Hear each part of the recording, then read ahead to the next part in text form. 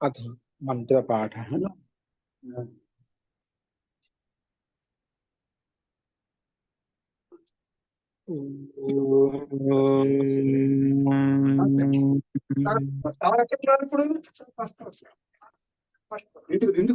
सहनावतु सहनौ भुनक्तु सह वीर्यं करवावहै तेजस्विनावधीतमस्तु मा विद्विषावहै।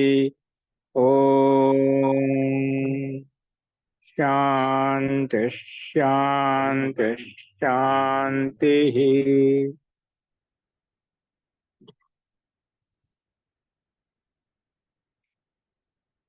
सर्वेभ्यो नमः। अंदरिकी नमस्कारम अंडी। नमस्ते महोदय। మనము అష్టాధ్యాయ క్రమ పాఠంలో రెండో భాగం సమాప్తం చేసుకున్నాము. అంటే రెండో భాగంలో 4వ అధ్యాయము మరియు 5వ అధ్యాయాన్ని సంపన్నం చేసుకున్నాము.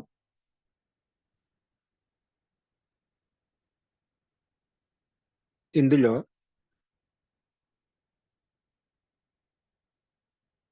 మనము ఈరోజు 6వ అధ్యాయాన్ని మొదలు పెట్టుకుంటున్నాము. ఈ 3వ భాగం అనేది మనకు మిగిలిన భాగాలన్నీ కూడా పండిత బ్రహ్మదత్తు జిజ్ఞాస్ గారు అంటే మహాన్ ప్రకాండ విద్వాంసుడు, ఆయన ద్వారా సంపన్నమయ్యాయి. ఈ 3వ భాగం రాసేటప్పుడు వారికి అకస్మాత్తుగా అనారోగ్య కారణంగా వారి దేహం విడిచిపెట్టడం వలన అది మధ్యలో ఆగిపోయిందన్నమాట. కానీ ఎప్పటి నుంచో కొంచెం తయారు చేసే కానీ ఒక ముద్రన కాలేదన్నమాట. కొంచెం పురుగు చూసేటప్పుడు ఉండిపోయాయి. కానీ వారి శిష్యులైనటువంటి వాళ్ళు ముఖ్యమైనటువంటి వారు ప్రజ్ఞాదేవి. ఎవరు? ఇప్పుడు బనారస్ లో అంటే కాశీలో కన్యా గురుకులు నడిపిస్తున్నాం. అంటే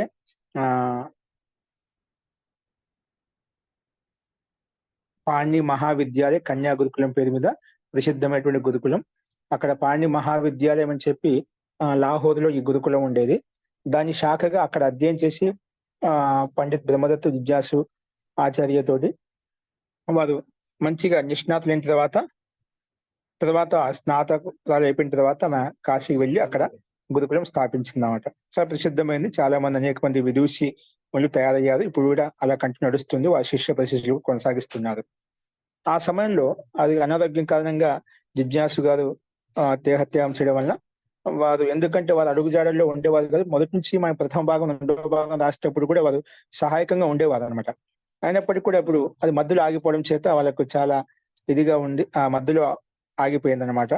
అది ఎలా చేయాలి, ఏ విధంగా చేయాలని చెప్పి చాలా ఆలోచిస్తూ, ఎందుకంటే ఆచార్య యొక్క స్వప్నం ఏంటంటే ఈ పుస్తకం మనకు 3 భాగాలు తయారయ్యాయి అనుకోండి, సరళంగా సహజంగా అర్థం చేసుకోవచ్చు. మొదట్లో మనం కాశీగా చదువుకునే వాళ్ళు ఏంటంటే లఘు సిద్ధాంత కౌముది అలా ఉండేది. అంటే ఆర్ష పద్ధతిలో మనకు ఈ పుస్తకం ఉండేది కాదనమాట. ఆర్ష పద్ధతిలో ఈ పుస్తకాలు 3 పుస్తకాలు రాయడం వల్ల మనం ప్రత్యక్షంగా చూస్తున్నాం. చాలా మంది మీలో ఇప్పుడు ఇంతవరకు కొనసాగుతున్నారు అంటేనా అష్టాధ్యాయ కంఠస్థం లేకపోయినప్పటికీ కూడా అర్థం చేసుకుంటున్నా అంటే క్రమపాఠంలో ఉండే బల కారణంగా మీరు త్వరగా సహజంగా అర్థం చేసుకోగలుగుతున్నారు. అది ఎందుకంటే దాంట్లో ఎంతైతే అవసరమో కాశీగాలలో న్యాసపదం ఇవన్నీ విషయాలు కాకుండా, వార్తికాలు కాకుండా ఎక్కడ ఎంతైతే అవసరమో అంతే వ్యాకరణాన్ని ముందుగా సూత్రం ఏంటి, సూత్రంలో పదవిభాగం ఏంటి, దాని యొక్క అర్థం ఏంటి, ఆ సూత్రాన్ని ఆధారం చేసుకొని రూపసిద్ధి ఎలా తయారు చేస్తాము అనేది మనకు ఇక్కడ సహజంగా దాంట్లో పదవిభాగము, దాంట్లో ఉండే సమాసము, ఈ రకంగా మనం సంక్షేపంగా ఎంతైతే అవసరమో ముందుగా సూత్రం యొక్క సంక్షిప్తంగా ఎంతైతే అవసరమో మనము అంత ఇక్కడ మనం ప్రస్తావించుకున్నామట. అది మీకు సహజంగా ప్రత్యక్షంగా చూశారు. ఇప్పుడు అది మొత్తానికైతే ఇంకా దీన్ని తయారు చేసిన వాళ్ళు ముఖ్యంగా చెప్పుకున్నాం ఆచార్య అంతేవాసిని సుశ్రీ ప్రజ్ఞాదేవి వ్యాకరణాచార్య అని చెప్పిన వారు దగ్గరుండి ఈ పుస్తకాన్ని సంపన్నం చేశారు. అలాగే వీరితో పాటు ఇంకా ఒక విద్వాంసుడు వారి సమయంలో చదువుకునేటువంటి మహాన్ ప్రకాండ విద్వాంసుడు ఇప్పుడు వర్తమానంలో కూడా వారు ఉన్నారు. సుద్యుమ్న ఆచార్య. సుద్యుమ్న ఆచార్య మంచి ఆయన ఆహ్, రాష్ట్రపతి పురస్కార అవార్డు గ్రహీత. వారు కూడా మంచి నిష్ణాతులు. మహాభాష్యాన్ని అది మధ్యలో ఆగిపోవడం చేత మిగిలిన మహాభాష్యాన్ని కూడా వారు సంపన్నం చేశారు. అంటే వారి శిష్యులైనటువంటి సమయంలో పండిత్ యుధిష్ఠిర్ మీమాంసక్ మంచి ప్రకాండ విద్వాంసుడు. ఆయన కూడా ఆది జగత్తులో కాశీలో మహా ప్రసిద్ధమైనటువంటి వ్యక్తి అన్నమాట. కాశీ పండితుల్లో పండిత్ యుధిష్ఠిర్ మీమాంసక్ అంటే తెలియని వారంటూ అన్నమాట. అంటే ఆ రకంగా కర్మకాండ విషయంలో చాలా విషయాలు వాళ్ళకు క్లుప్తంగా, ప్రామాణికంగా బ్రాహ్మణ గ్రంథాలను ఆధారం చేసుకొని ఎలా ఏ విధంగా ఉండాలో యజ్ఞ యాగ పద్ధతిలో చాలా క్లుప్తంగా విధించామట. చాలా మంది అనుకరించారు. కాశీలో ఉండే పండితులు కూడా చాలా మంది అనుకరించామట. యజ్ఞ యాగాల్లో బలి ప్రథ ఏదైతే ఉందో అది తిరస్కరించాడు, ఖండించాడు. ఇంకా చేసే విధి విధానం ఏ విధంగా అని చెప్పి కూడా వారు ప్రామాణికంగా, శాస్త్రీయంగా అన్ని నిరూపించారన్నమాట. దాన్ని చాలా మంది పండితులు అన్యాయులు అనుకరించారు కూడా. మహాన్ పండితుడైన వారు మధ్యలో కొన్ని అధ్యాయాలు రాసిన తర్వాత ఆగిపోతే వీరే సుద్యుమ్నాచార్య మిగిలిన అన్యాచులు కలిసి దాన్ని సంపన్నం చేశారు. మహాభాష్యాన్ని కూడా మిగిలిన భాగాలు ఏవైతే ఉన్నాయో అవి 4 అధ్యాయాల్లో ఆగిపోతే మిగిలిన భాగాలను కూడా వారు సంపన్నం చేశారు దాన్ని ఆధారం చేసుకొని. అలాగా ఈ పుస్తకాలు మన ముందు తీసుకోవడానికి చాలా మన పూర్వజులు, మన పండితులు, మన ఆచార్యులు ఎవరైతే ఉన్నారో చాలా కృషి చేశారన్నమాట.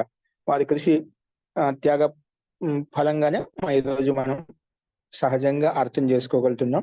కాబట్టి ఒక గ్రంథ ప్రణయం జరిగింది అంటే మహాపురుషుల యొక్క పురుషార్థం చాలా ఉంటుందండి. వారి యొక్క పరిశ్రమ చాలా ఉంటుంది. ఏదైనా ఒక గ్రంథం తయారవుతుందంటే దానిక వారు ఎన్నో కష్టాలు పడ్డారు. అప్పట్లో ఇప్పుడున్నటువంటి సౌకర్యం కూడా ఉండేది కాదు. అప్పుడు ఏదైనా పుస్తకాలు ప్రింట్ కావాలని కూడా సహజంగా పీడిఎఫ్ అని చెప్పి మనకి ఏదో టెక్నాలజీ పెరిగిపోయింది. అప్పట్లో ఏదో ముద్రను వేసి అచ్చులు వేసుకొని అలాగా అన్ని ఇచ్చేసుకున్నారు. అక్షరాలు తయారు చేసుకుని అలా పెట్టేవాళ్ళు. చాలా ఇబ్బంది పడ్డారు. ఇది మీకు ప్రాకృతం చదివితేనే మీకు తెలుస్తుంది. సరే, మనకు ముఖ్యంగా ఇది మొత్తానికి వీళ్ళు సంపన్నం చేశారు ప్రజ్ఞాదేవి గారు. ఇప్పుడు గురుకులంలో తర్వాత వారి సమయంలో వారి శిష్యురాలు మళ్ళా సుమేధ అని చెప్పి ఇంకా మిగిలిన ఆచార్యులు కూడా కంటిన్యూ కొనసాగిస్తున్నారు కన్యా గురుకులం. మీరు కూడా సందర్భోచిగా చెప్తున్నాను. ఎవరైనా మీ అమ్మాయిలను చదివించాలనుకుంటే అక్కడికి అంటే సాంప్రదాయబద్ధంగా ప్రాచీన వైదిక వాంగ్మయ ప్రకరణానుసారంగా అక్కడ సంగీతము, వ్యాకరణము, దర్శనాలు, వేదాలు అంటే మనకి ఎంతైతే అవసరమో సస్వర పాఠం కూడా నేర్పిస్తారు. ఇక్కడ మనకు సస్వర పాఠం కేవలం అబ్బాయిలకి అని చెప్పి అనుకుంటాం. కానీ అక్కడ అమ్మాయిలు ఎంత చక్కగా సస్వర పాఠం చెప్తా అంటే మనం ఆశ్చర్యపోతాం. మొన్న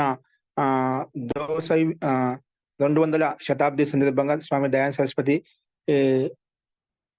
కార్యక్రమంలో మోదీ గారు మన గౌరవనీయ ప్రధానమంత్రి గారు వచ్చినప్పుడు వారు చాలా చక్కగా అమ్మాయిని పిలిపించి సస్వరపాఠం చేయించారు, యజ్ఞం చేయించారు అనమాట. వారు విని ఆశ్చర్యచకితులు అయ్యారన్నమాట. ఎంత చక్కగా ఒక లయబద్ధంగా పాడదంటే చాలా ఆనందపడ్డారు. వీళ్ళు కూడా అమ్మాయిలు కూడా చదవచ్చు అనే ఒక చూసిన తర్వాత చాలా అందరికీ కూడా ఒక ప్రేరణాదాయకంగా ఉంది. అందుకే చాలా మంది చదువుతూ ఉన్నారు, నేర్చుకుంటున్నారు. చాలా చోట్ల ఉన్నాయి వారి శాఖలు, వారి శిష్యులు కూడా అనేక చోట్ల. మన హైదరాబాద్ లో కూడా దమ్మాయిగూడెంలో ఆచార్య సవిత గారు వారు కూడా అక్కడి నుంచి స్నాతకులే వచ్చారు. ఇక్కడ గురుకులం పెట్టి కన్యా గురుకులం వారు కొనసాగిస్తున్నారు అనమాట. అలాగే అనుకూలంగా ఉండే వాళ్ళు మా వాళ్ళు సంప్రదాయబద్ధంగా ఉండాలి, సంస్కృతి సంప్రదాయాన్ని అర్థం చేసుకోవాలి అనుకుంటే మనం అక్కడికి పంపించవచ్చు. తర్వాత మీరు అక్కడ ఉంటూ కూడా పరీక్షా పద్ధతి మాధ్యమంతో మీకు పరీక్ష కూడా ఇప్పిస్తామట. అక్కడ పరీక్షతో పాటు జ్ఞాన వృద్ధి కొరకు అన్ని రకాలుగా వాళ్ళు సమర్థవంతులు చేస్తారన్నమాట. ఒక ముఖ్యంగా ఇప్పుడు సమాజంలో ఆడపిల్లలు చాలా విపరీతంగా మారిపోతున్నారు. అంటే స్థితి అలా సమాజం అలా తయారైందన్నమాట.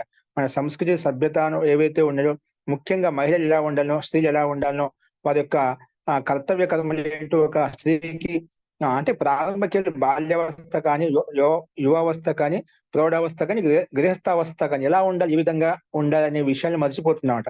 ఇటువంటి సాంప్రదాయబద్ధంగా ఒక ప్రాచీన కాలంలో యువతి స్త్రీలు ఎలా ఉండేవాళ్ళు, మన ఆదర్శ మహిళలు ఎవరైతే ఉన్నారో అటువంటి ప్రాచీన పద్ధతి ప్రకారంగా గురుకుల సంస్థలో చదివినట్లయితే ఒక ఋషి పరంపర కాబట్టి ఒక సంస్కృతి సభ్యత, ఒక మంచి వ్యవహారికత అనేది వాళ్ళు నేర్చుకోగలుగుతారు. కాబట్టి మీరు అక్కడికి ఎవరైనా మీ అమ్మాయిలు ఉంటేనే పంపించవచ్చు.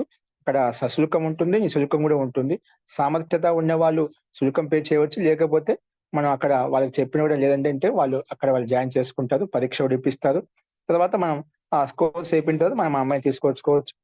మనం మళ్ళీ యథావిధిగా అమ్మాయి ఇష్టానుసారంగా మనం వివాహాది చేసి గృహస్థాశ్రమం ప్రవేశింపజేయచ్చు.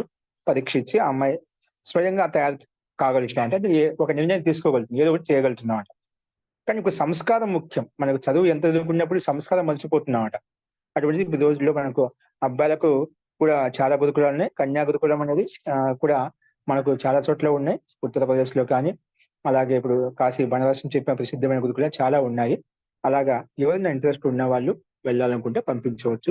ఒక ప్రామాణికత మనకిక్కడ సుశ్రీ ప్రజ్ఞాదేవి గారు వారు ఈ పుస్తకాన్ని రాసి మన ముందు ఉంచారంటే ఎవరైనా చదువుకోవచ్చు. సంకల్పం గట్టిగా ఉన్నట్లయితే తెలుసుకోవాలని చెప్పి అక్కడ స్త్రీ, పురుషుడనే భేదం లేకుండా మనలో సంకల్పం గట్టిగా ఉండి తెలుసుకొని జిజ్ఞాస ఉన్నట్లయితే ఋషిగ్రంథ గ్రంథాలను మానవ మాత్రుడికి పరంపిత పరమాత్మ ఇచ్చాడు కాబట్టి అందరూ చక్కగా చదువుకోవచ్చు. అటువంటి వ్యవస్థ కల్పించారు.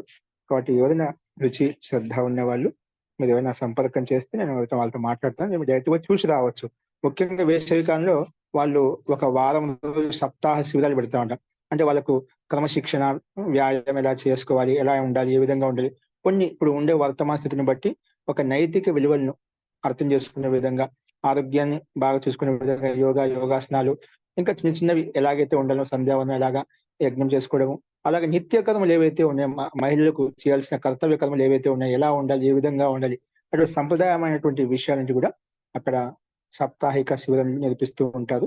వాటి మీరు అలాగా కొన్ని రోజులు పోయి చూసి రావచ్చు. మనం పంపించాం కదా ఏమన్నా అవుతుందని లేదు. మనకి ఇంట్రెస్ట్ లేకుంటే మనకు అమ్మాయి దాన్ని కంటిన్యూ కొనసాగించి లేకపోతే మనం ఇంటికి తీసుకొని రావచ్చు. బలవంతం లేదు అక్కడ. కానీ మనకు అక్కడ పోతే అలా చెప్పలేం, ఎవరిలో ఏ సంస్కారం ఉంటుందో చెప్పలేమట. కాబట్టి వాళ్ళు అక్కడ ఆ వాతావరణం లో ఉండి అక్కడ ఉండటం వల్ల, ఆ దినచర్యలో ఉండటం వల్ల అక్కడ వాళ్ళలో ఉండే పూర్వజన్మసు సంస్కారాలు ఏవైతే ఉన్నాయో జాగృతం కావచ్చు, మంచి విదుషి కావచ్చు, మంచి చదువుకొని ఇక్కడ దేశ సమాజానికి వ్యక్తిగతంగా అందరికీ ఉపయోగపడవచ్చు అనమాట. మంచి ఒక గృహిణి అవుతుందన్నమాట. ముఖ్యంగా ఈ రోజుల్లో మనకు గృహిణి అంటే ఇంట్లో స్త్రీ అని బాగా చదువుకుంటే ఎట్లయినా వచ్చే రాబోయే సంతానం కూడా వాళ్ళు మంచి విద్వాంసులు, మంచి సంస్కారవంతులు అవుతారు. ఎందుకంటే మొట్టమొదటి గురువు ఎవరంటే మాత. మాత అనివార్యంగా చదువుకోవాలి. ఇప్పుడు మాత చదువు లేదనుకోండి, ఆ సంస్కారం ఎలా నేర్పగలుగుతుంది గర్భావస్థలో ఉన్నప్పుడు. కాబట్టి స్త్రీలకు అత్యంత అనివార్యం. కాబట్టి మనకు స్త్రీలందరూ జాబులు చేయాలని కాదు. ఈ రోజుల్లో అయితే అందరూ అన్ని రకాలుగా ముందుంటున్నారు. కానీ ఒక మంచి సంస్కారం ఉన్నట్లయితే వాళ్ళు ఒకటి ఆ వాతావరణం అంతా ఆనందమయం అవుతుంది, సుఖమయం అవుతుంది అనమాట. ఎందుకంటే ఇల్లు అంటే గృహిణి అంటేనే ఇల్లు అనమాట. అక్కడైతే స్త్రీ బాగా చదువుకొని ఉన్నట్లయితే ఆ కుటుంబం అంతా కూడా సంతోషంగా, ఆనందంగా కలకలలాడుతూ ఉంటుంది. కాబట్టి మీరు కొన్ని రోజులైనా ఎవరైనా కానీ భేదభావం లేకుండా పెద్దవాళ్ళైనా కొన్ని రోజులు ఉండి ఆ వాతావరణం నుండి మీరు చదువుకొని రావచ్చు. అలాగా ఉండి రావచ్చు. వానప్రస్థ ఆశ్రమం లాగా వాళ్ళకు వ్యవస్థ ఉంటుంది. పెద్దవాళ్ళకైనా, గృహస్థులకైనా అలాగ ఉండి చూసి రావచ్చు అనమాట. చాలా గురుకులాలు ఉన్నాయి. కాబట్టి మీరు కూడా ఆధ్యాత్మికంగా ఉండేవాళ్ళు అలాగా శ్రద్ధ, రుచి ఉన్నట్లయితే అక్కడ ఉండి కూడా మీరు మీ సేవలు అందించుకుంటూ మీరు అక్కడ ఉండి సాధన, తపస్సు చేసుకుంటూ కూడా అక్కడ ఉండొచ్చు. అటువంటి వ్యవస్థ కూడా ఉంటుంది. కాబట్టి సందర్భాన్ని బట్టి మీకు ప్రస్తావించాను. కాబట్టి మనకు ఈ పుస్తకాన్ని మనం 3వ భాగం మన ఆచార్య పదవాక్య ప్రమాణికుడైనటువంటి పండిత్ బ్రహ్మదత్త జిజ్ఞాసు గారు యొక్క అంతేవాసిని అంటే శిష్యురాలు ప్రజ్ఞాదేవి ఈ పుస్తకాన్ని మనకు దీన్ని మధ్యలో అయిపోయిన గ్రంథాన్ని వీళ్ళు మన ముందు తీసుకొచ్చారు. అది మనం ఇప్పుడు ప్రస్తావించుకుంటున్నాం. ఫస్ట్ విషయాలు మనకు 1వ భాగంలో, 2వ భాగంలో సంక్షేపంగా, 3వ భాగంలో అని బాగా ఇచ్చామట. వారి యొక్క స్థితిగతి, వారి పుస్తకం తయారు చేయడం ఎన్ని రకాలుగా ఇబ్బందులు పడ్డారు, ఏ రకంగా దీనికోసం మనకు సరళంగా, సహజంగా కోసం ఏ రకంగా తయారు చేశారు, అలాగా ఏ రకంగా ఉపయోగించుకోవాలనే విషయాలు కూడా మనకు చాలా క్లుప్తంగా చెప్పబడ్డాయి అనమాట. ఫస్ట్ జస్ట్ సామాన్య పరిచయం మీకు ఎలా చెప్పాను. ఫస్ట్ ఇప్పుడు మనం ఈ 3వ అధ్యాయాన్ని 3వ భాగంలో 6వ అధ్యాయాన్ని ప్రారంభించుకుందాం. మనకు ఈ 8,000 సూత్రాలు 3 భాగాల్లో విభాగం చేసుకున్నాము. ప్రథమ భాగంలో 1వ అధ్యాయము, 2వ అధ్యాయం, 3వ అధ్యాయం ఉన్నాయి. 2వ భాగంలో 4వ అధ్యాయం, 5వ అధ్యాయం ఉన్నాయి. ఇప్పుడు 3వ భాగంలో ఈ అష్టాధ్యాయ ప్రథమృతి అంటాం. ఇందులో 3వ భాగంలో 6వ అధ్యాయము, 7వ అధ్యాయము, 8వ అధ్యాయం ఉంటాయన్నమాట. ఈ 3 అధ్యాయాలు ఉంటాయి. ఇక్కడ మనకు 1వ అధ్యాయంలో మనము సంధ్యా ప్రకరణము, పరిభాషకి ఇటువంటి రకాల సూత్రాలు చెప్పుకున్నాం, భిన్నంగా చెప్పుకున్నామాట. అలాగే అక్కడ ధాతు చేత ప్రత్యయాలు, అలాగే 4-5 అధ్యాయాలు శబ్దాల చేత ప్రత్యయాలు అంటే కృత్ ప్రత్యయాలు ఎలా ఉంటాయి, తద్ధిత ప్రత్యయాలు ఎలా ఉంటాయి, శబ్దాలు వచ్చినప్పుడు శబ్ద ప్రత్యయం వచ్చినప్పుడు ఎలా ఉంటుంది రూపము, ధాతులతో ప్రత్యయం వచ్చిన రూపాలు ఎలా ఉంటాయి, ఏ అర్థంలో ఉంటాయి? ఎందుకంటే ప్రత్యయం వచ్చిందంటే ఏదో ఒక అర్థాన్ని తీసుకొని వస్తున్నమాట. ప్రత్యయం అంటున్నామంటే ఏదో ఒక అర్థాన్ని చెప్పడం కోసం వస్తున్నమాట. అలాగే ధాతువుల చేత ప్రత్యయాలు వచ్చినప్పుడు, శబ్దాల చేత ప్రత్యయాలు వచ్చినప్పుడు ఏ రకంగా ఉంటాయి, ఏ విధంగా ఉంటాయి, ఏ అర్థంలో ఉంటాయి, అటువంటి విషయాలను మనం చెప్పుకున్నాం. ఇప్పుడు మనం ఈ శబ్దాల చేత, ధాతువుల చేత ఏవైతే ప్రత్యయాలు తెచ్చుకున్నామో ఆ రూపసిద్ధిని సంపన్నం చేయడానికి దానికి కావాల్సిన మధ్యలో ఉన్నటువంటి దీర్ఘాలు కావచ్చు, లోపాలు కావచ్చు, వృద్ధి కావచ్చు, ఇటువంటి సంధి కావచ్చు, ఇటువంటి విషయాలను కూడా మనకు 6వ అధ్యాయము, 7వ అధ్యాయం, 8వ అధ్యాయంలో మనకు అంటే ఆ ధాతుల చేత, శబ్దముల చేత వచ్చిన ప్రత్యయం తీసుకొచ్చినప్పుడు మధ్యలో ఆ శబ్దాన్ని తయారు చేసుకోవడానికి ఈ 3 అధ్యాయాల్లో ఉన్నటువంటి సూత్రాలు ఏవైతే ఉన్నాయో మనకి ఇక్కడ ఉపయోగపడతాయని చెప్పాం కదా. లోపం కావచ్చు, దీర్ఘం కావచ్చు, ద్విత్వం కావచ్చు, ఇలాగా కొన్ని ప్రకరణాలు ఉన్నాయి. అందులో మనకు స్పష్టంగా కనిపిస్తుంది. ఈ 6వ అధ్యాయంలో ప్రథమ పాదంలో ద్విత్వ ప్రకరణం, మొట్టమొదటి ప్రకరణి ద్విత్వం అంటే ధాతువును రెండు చేసుకుంటాం, ధాతువును ద్విత్వం చేస్తామంట. ద్విత్వ ప్రకరణం మనం చెప్పుకుంటామంట. ఆ విషయం మనం ప్రారంభించుకుందాం. అందుకే చూడండి, అథ షష్ఠోధ్యాయ ప్రథమ పాద. అందులో మొట్టమొదటి ప్రకరణమే ద్విత్వ ప్రకరణం. ఓకేనా? ధాతు ద్విత్వం చేస్తే రూపం ఎలా ఉంటుంది, ఏ విధంగా వస్తుంది, అది మనం చూద్దాం. ఎక్కడెక్కడ ద్విత్వం వస్తుంది, అన్నిట్లో ద్విత్వాదం కొన్ని చోట్ల వస్తాయి. ఆ ద్విత్వం వచ్చే సూత్రాలు ఏంటో, ఏ గణంలో ఉండే సూత్రాలతో ద్విత్వం వస్తుంది, ఇటువంటి విషయాలను కూడా మనకు స్పష్టంగా ఇక్కడ చెప్పబడతాయి. అస్తు ఈ కొంచెం మన ప్రారంభంలో కొంచెం రూపసిద్ధులు ఎక్కువగా ఉంటాయి. వీటిని కొంచెం బాగా గమనించినట్లయితే మనకు ఒకటి బాగా అర్థం చేసుకుంటే మిగిలిన రూపాలను కూడా సహజంగా వచ్చేస్తాయండి. మనకి ఎందుకంటే 10 లకారాలు ఉన్నాయి కదా, అందులో ముఖ్యంగా లిట్ లకారం. ఏంటండి? లిట్ లకారం. ధాతును రెండుగా చేసుకొని మనం రూపం చేసుకుంటాం. ఈ లిట్ లకారం కొంచెం కష్టంగా కూడా ఉంటుంది. అర్థం చేసుకుంటే దాని మించిన సులభమైన రూపం అంటూ ఏది లేదు. అర్థం కానంత వరకు ఏదైనా కష్టంగా ఉంటుంది. అర్థమైన తర్వాత అది మనకు సహజంగా సరళంగా ఉంటుంది. కాబట్టి ఇది ద్విత్వ ప్రకరణంలో చెప్పేటువంటి ప్రక్రియ విధానం అర్థం చేసుకుంటూ మనం చూసినట్లయితే మనకు సహజంగా అర్థమవుతుంది. అదేంటో మనం ఒక్కొక్కటి చూద్దాం. అస్తు ఇందులో ఇప్పుడు చెప్పిన విషయాల్లో మీకు ఏమైనా ఒక సందేహం ఉంటే ఏమైనా అడగాలనిపిస్తుందా? ఇప్పుడు చెప్పిన విషయాల్లో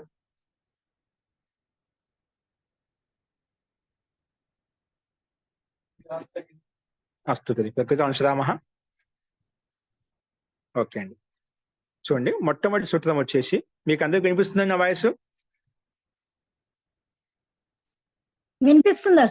వినిపిస్తుంది మహోదయ. ఓకే అండి, చూడండి మొట్టమొదటి సూత్రం వచ్చేసి ఏకాచో ద్వే ప్రథమస్య. సూత్రం ఏంటి? ఏకాచో ద్వే ప్రథమస్య. ఈ సూత్రానికి పద విభాగం చూసినట్లయితే స్పష్టంగా ఉన్నాయి కలిసి శబ్దాలు. ఏకాచ షష్ఠి విభక్తి ఏకవచనం, ద్వే ప్రథమ విభక్తి ద్వివచనం, ప్రథమస్య షష్ఠి విభక్తి ఏకవచనం. ఈ రకంగా సూత్రాన్ని 3 పదాలుగా విడగొట్టుకున్నాం. సమాసం వచ్చేసి ఇక్కడ ఏకాచ అంటే ఏమిటి, దాన్ని ఓపెన్ చేసి చెప్పుకున్నామట. ఏకాచ అంటే ఏమిటి, దానికి విగ్రహవాక్యం చూడండి. ఏకో అచ్ యస్మిన్ స ఏకాచ్. ఒక అచ్చు ఉంటుంది ఎందులో అయితే, ఏ శబ్దంలో అయితే, అంటే అటువంటి శబ్దము ఏ శబ్దంలో అయితే ఒకే అచ్చు ఉండాలి, ఒకటి కన్నా ఎక్కువగా ఉండకూడదు. వ్యంజనాలు ఉంటే ఉండని, అచ్చు మాత్రం ఒకటే ఉండాలి. దాన్ని ఏకాచ్ అంటా ఉంటాం. దాన్ని ఏమంటాము? ఏకాచ్. ఏకో అచ్ యస్మిన్ స ఏకాచ్ తస్య ఏకాచ. ఇది బహువ్రీహి సమాసం. అస్తు ఇప్పుడు అర్థం చూడండి. సూత్రంలో అర్థం ఉంది మనకు స్పష్టంగా చూసినట్లయితే. అయినప్పటికీ కూడా సూత్రార్థం మనకు ఏ రకంగా ఇవ్వబడిందో ఆ రకంగా ప్రయత్నం చేద్దాం అర్థం చేసుకోవడానికి. ప్రథమస్య ఏకాచో ద్వే భవతః. ప్రథమస్య అంటే ప్రథమ ధాతువుగా ఏకాచ అయితే ఉందో ద్విత్వం అయిపోతుందట. ప్రథమస్య ఏకాచో ద్వే భవతః. ప్రథమస్య ఏకాచో, ఇక్కడ ప్రథమ అచ్చు ఏతే ఉందో, ప్రథమస్య ప్రథమ అచ్చు ఏతే ఉందో దానికి 2 చేసుకున్నాం. ప్రథమ అచ్చు చెప్పుకున్నాం. ఇత్యధికార వేదితవ్య. ఇక్కడి నుంచి ఒక అధికారం స్టార్ట్ అవుతుంది మనకు. ఏది కానీ ఇక్కడి నుంచి ప్రథమ అంటే ఎక్కడ 2, 3 అచ్చులు ఉన్నాయో అందులో మొట్టమొదటి అచ్చు ఏదైతే ఉందో దానికి మాత్రం ద్విత్వం చేసుకుంటాం. అదనే కావచ్చు. అచ్చేతప్పుడు ఈ ఉన్నప్పుడు ఈ అలా ద్విత్వం చేసుకుంటాం. ఊ ఉన్నప్పుడు ఊ అని ద్విత్వం చేసుకుంటాం. అలాగే ఏదైనా కావచ్చు. ఉరువు ఉన్నప్పుడు ఉరువు అని చెప్పి ద్విత్వం చేసుకుంటాం. ఆ ఉంటే ఆ అని చెప్పి ద్విత్వం చేసుకుంటాం. ఏదైనా కానీ ఏది ఉంటే అది మనం ద్విత్వం చేసుకుంటాం. అది ఏంటి? ఏ శబ్దంలో అయితే, ఏ ధాతువులు అయితే 1 లేదా 2 కంటే ఎక్కువ అచ్చులు ఉన్నాయో కూడా అందులో ప్రథమ ఏకాచ్చు అంటే ప్రథమ అచ్చు అయితే దాన్ని మాత్రం ద్విత్వం చేసుకోవాలి. మిగిలిన భాగంలో ఎలా ఉందో అలాగే ఉంటుంది. అందుకే ఇక్కడ ఏమంటున్నారు సూత్రార్థము?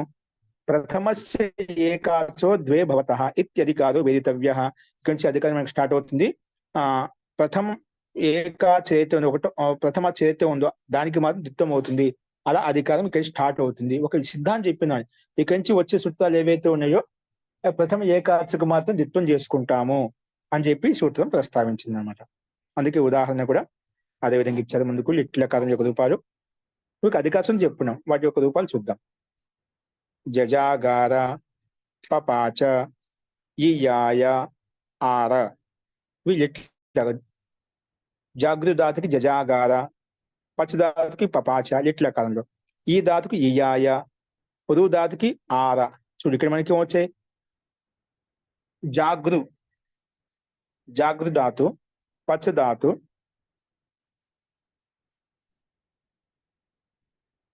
జాగృధాతు, పచ్చధాతు, ఈ ధాతు, ఉరువు ధాతు. ఓకేనా? సో ఇక్కడ మనకు ధాతులు ఉన్నాయి. దాంట్లో ఏ అచ్చుకు? ఒకటో అచ్చుకు మాత్రం రెండు అవుతాయి. ఓకేనా? అదేంటో మనకి కింద చూద్దాం. ఇక్కడ మనకు పరిశిష్టం ఇవ్వబడింది. చూడండి, పరిశిష్టం ఒకసారి గమనించండి పుస్తకాలు మీ దగ్గర ఉన్న వాళ్ళు. ఇక్కడ ఏక అచ్చు వాడే సముదాయం అంటే ఒక అచ్చు ఉన్న సముదాయం ఏదైతే ఉందో దానికి రెండు చేస్తాము. ఇది అధికార సూత్రం అర్థం చేసుకోవాలి. ఇక్కడి నుంచి అధికార సూత్రం స్టార్ట్ అవుతుంది. ద్విత్వక అభిప్రాయం ఏంటంటే ఏకకో దోబార్ ఉచ్చారణ కారణం. ద్విత్వం అంటే ఏమిటి? ఒకే దాన్ని రెండు సార్లు ఉచ్చరించడం దాన్ని ద్విత్వం అంటాం. ఒకే శబ్దాన్ని ఒకే అక్షరాన్ని రెండు సార్లు ఉచ్చరించినట్లయితే దాన్ని ద్విత్వం అంటాము. అది ఇక్కడ మనకు సూత్రార్థంలో మనం ప్రస్తావించుకున్నాం. అందులో జజాగార యొక్క రూపసిద్ధి ఎలా ఏ విధంగా అనేది మనం చూసినట్లయితే మొత్తం ఎక్కువగా ఉండవు, మనకు అన్ని కూడా ముందు చెప్పుకున్నాము. అయినప్పటికీ కొంచెం ప్రారంభంలో ఇవ్వబడ్డాయి. అదేంటో చూడండి. మీకు కొంచెం ఒక ప్రకరణం అర్థం కావడానికి ఇక్కడ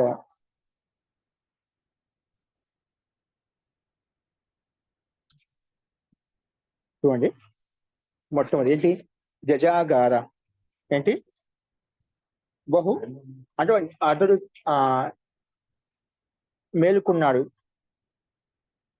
యో జాగారహతం రిచః కామయంతే. ఎవరైతే మేలుకుంటారో, అయితే ఎప్పుడు అలర్ట్ గా ఉంటారో, అన్ని వేదాలైనా అందరూ కూడా అతను ఇష్టపడతామంట. అంటే వేదాలు ఇష్టపడతారు, పరమాత్మ ఇష్టపడతారు, అందరూ ఇష్టపడతామంట. ఎవరైతే మేలుకొని ఉంటారో అటువంటి వ్యక్తికి అందరూ సహాయకంగా ఉంటారు. ఎవరైతే ఆలస్యంగా ప్రమాదంగా నిద్రపోతూ ఉంటారో అతనికి అందరూ వ్యతిరేకంగా ఉంటారు, విరుద్ధంగా ఉంటారు. అటువంటి పనులు కూడా అన్ని అసిద్ధమవుతుంటాయి, అసఫలం అవుతుంటాయి అన్నమాట.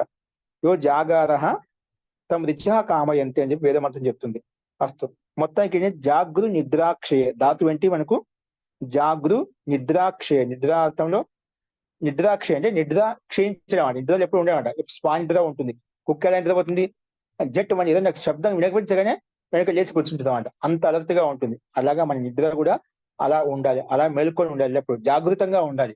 అలా ఉన్నప్పుడే మనం అటువంటి వ్యక్తి ఎప్పటికైనా ఏ కర్మలో అయినా ఎల్లప్పుడూ ముందు ఉంటాడు అనమాట.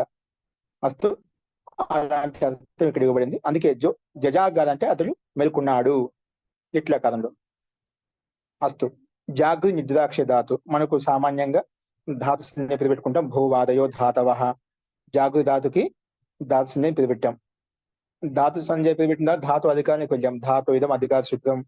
అధికారంలో ఉంది పరోక్షే లిట్ లకారం. ఏంటిది? లిట్ లకారం రూపం చెప్తాం కదా. బట్ లిట్ లకారం ఎలా వచ్చిందంటే పరోక్ష లిట్ అంటే లిట్ లకారం అంటే పరోక్ష అంటే పరోక్ష భూతకాలం అంటే ప్రత్యక్షంగా చూడలేదు. పరోక్ష భూతకాల అర్థాన్ని చెప్పడం కొరకు లిట్ లకారం వచ్చిందన్నమాట. ఏమొచ్చింది? లిట్ లకారం వచ్చింది. అందుకే జాగృ లిట్ ఏమొచ్చింది?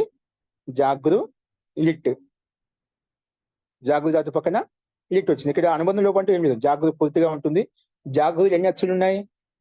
జాగృ ధాతువులో ఎన్ని అచ్చులు ఉన్నాయి?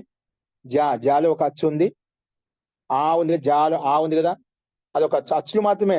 వ్యంజనాలు మనం లెక్క పెట్టకూడదు. అలాగే ఇంకో అచ్చు ఎక్కడ ఉంది? గురువు అనే అచ్చే కదా. రెండు అచ్చులు ఉన్నాయి. అందులో రెండు అచ్చులు ఉన్నాయి కదా. అందులో మన సూత్రం ఏం చెప్పింది? ఏకాచో ద్వే ప్రథమస్య. మొదటి అచ్చుకు మాత్రమే ద్విత్వం వస్తుంది.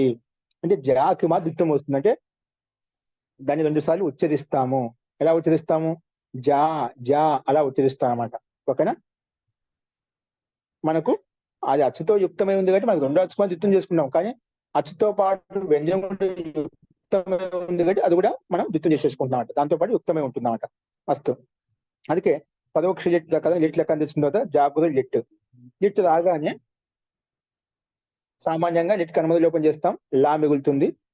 అప్పుడు లస్య అధికారానికి వెళ్ళి తిప్ తస్ జీ సిప్ తస్ థామిప్ వస్ మస్ తాతాం జా థాస్ ఆథాం ధ్వం ఇట్ వహి మహింగ్ అనే సూత్రం ప్రకారంగా తిప్ ప్రత్యయం వస్తుంది అన్నమాట. ఏమొస్తుంది? ప్రథమ పురుష ఏకవచనం వస్తుంది, తిప్ ప్రత్యయం వస్తుంది. అందుకే జాగృ తిప్పు ఏమొస్తుంది? జాగృ తిప్పు, జాగృ తిప్పు వస్తుంది అన్నమాట. తిప్పు రాగానే తిప్పు కనుమతి లోపం చేస్తున్నా, తిప్పు కనుమతి లోపం చేయాల్సిన అవసరం లేదు. లిట్ లకారం రూపం కాబట్టి లిట్ లకారం ఒక విశేషమైన సూత్రం ఉంది. పరస్మై పదానాం నల తుషు స్థల తుష నల్వమాహ అనే సూత్రం ప్రకారంగా మనకు పరస్మై పద ప్రత్యయాలు ఉన్నాయి. తిప్ తస్ జీ సిప్ తస్ థా మిప్ వస్ మస్ తా ఆథాం తిప్ తస్ జీ సిప్ తస్ థా మిప్ వస్ మస్ ఈ 9 ప్రత్యయాలు ఉన్నాయి. ఈ 9 ప్రత్యయాల స్థానంలో 9 మనకు ఆదేశాలు వస్తాయి. ఇక్కడ తిప్పు ఉంటే తిప్పు సన్నాలు వస్తుంది, తస్ ఉంటే దాని అతుస్ వస్తుంది. అలాగా ఈ సూత్రము 9 ప్రత్యయాలకు 9 ఆదేశాలు తీసుకొస్తుంది. ఇక్కడ మనకు తిప్పు మొట్టమొదటి ప్రత్యయం కాబట్టి సూత్రం ఇచ్చిన ప్రకారంగా తిప్పు స్థానం నల్లు వస్తుంది అన్నమాట. ఏమొస్తుంది? నల్లు. జాగృ తిప్పు అనేది తిప్పు స్థానం నల్లు వచ్చింది అన్నమాట. నల్ ఎలా వచ్చింది? పరస్మై పదానాం నల తుసు స్థల తుష నల్వమాహ ప్రకారంగా అనే సూత్రం తిప్పు స్థానం నల్ ఆదేశో భవతి. తిప్పు స్థానం వచ్చింది, నల్ ఆదేశం వచ్చింది. అందుకే జాగృ నల్. నల్క అనుబంధం లోపం చేస్తే ఏమవుతుంది? ఆ మిగులుతుంది. ఏమిగులుతుంది? నల్క అనుబంధం లోపం చేస్తే ఆ మిగులుతుంది. నల్క అనుబంధం లోపం మిగులుతుంది, ఆ మిగిలింది అన్నమాట. ఇప్పుడు జాగృ నల్, జాగృ నల్. ఇక్కడ రూకో నల్ అని నిత్య ప్రత్యయం కదా, నిత్య ప్రత్యయం కాబట్టి వెంటనే అచో ఈ నితి ఏమంటే చూడండి, వృద్ధి సూత్రం అన్నమాట. ఈ అధ్యాయంలో ఉంది మనకు, సప్తమ అధ్యాయంలో ఉందన్నమాట. సప్తమ అధ్యాయం 2వ సూత్రము 2వ పాదంలో అచో ఈ నితి.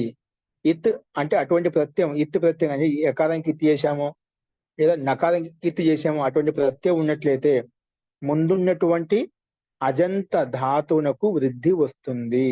నల్ ప్రత్యయంలో నకారానికి ఇత్ చేశాం, చుట్టూ ప్రకారంగా ఇత్తని పెట్టి దానికి తస్సు లోప అదర్శనం లోప ప్రకారం లోపం చేశాం కాబట్టి నిత్య ప్రత్యయం. నల్ అనేది నిత్య ప్రత్యయం. నిత్య ప్రత్యయం కాబట్టి ఆ ముందున్నటువంటి అజంత ధాతు, అజంత జాగృ ఉంది కదా, జాగృలో అచ్చు అంతిమంలో ఏంటి? గురు.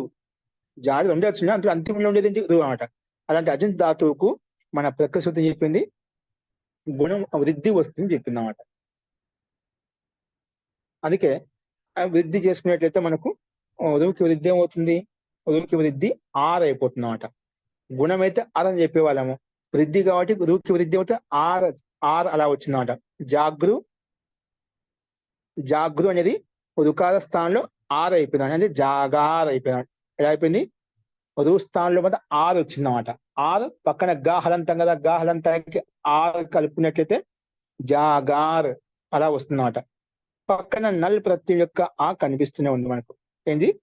నల్ ప్రత్యయం యొక్క ఆకారము కనిపిస్తూనే ఉంది. వృద్ధి అంటే ఏమిటి అంటే చెప్పా, వృద్ధి రారేజ్. వృద్ధి అంటే ఏం లేదు, ఈ ఉంటే ఈ స్థానంలో ఐ వృద్ధి వస్తుంది, ఊ ఉంటే ఊ స్థానంలో ఔ వృద్ధి వస్తుంది, రు ఉంటే రు స్థానంలో 6 వృద్ధి వస్తుంది. దానికి వృద్ధి సంజ్ఞ. ఆరేచ్ ఆ ఐ ఔ, ఆ ఐ ఔ. ఇక్కడ ఆ వచ్చిందన్నమాట. జాగృ జాగార్. ఇక్కడ దుకారస్థంలో అకారం వచ్చేసింది, గార్ వచ్చేసింది.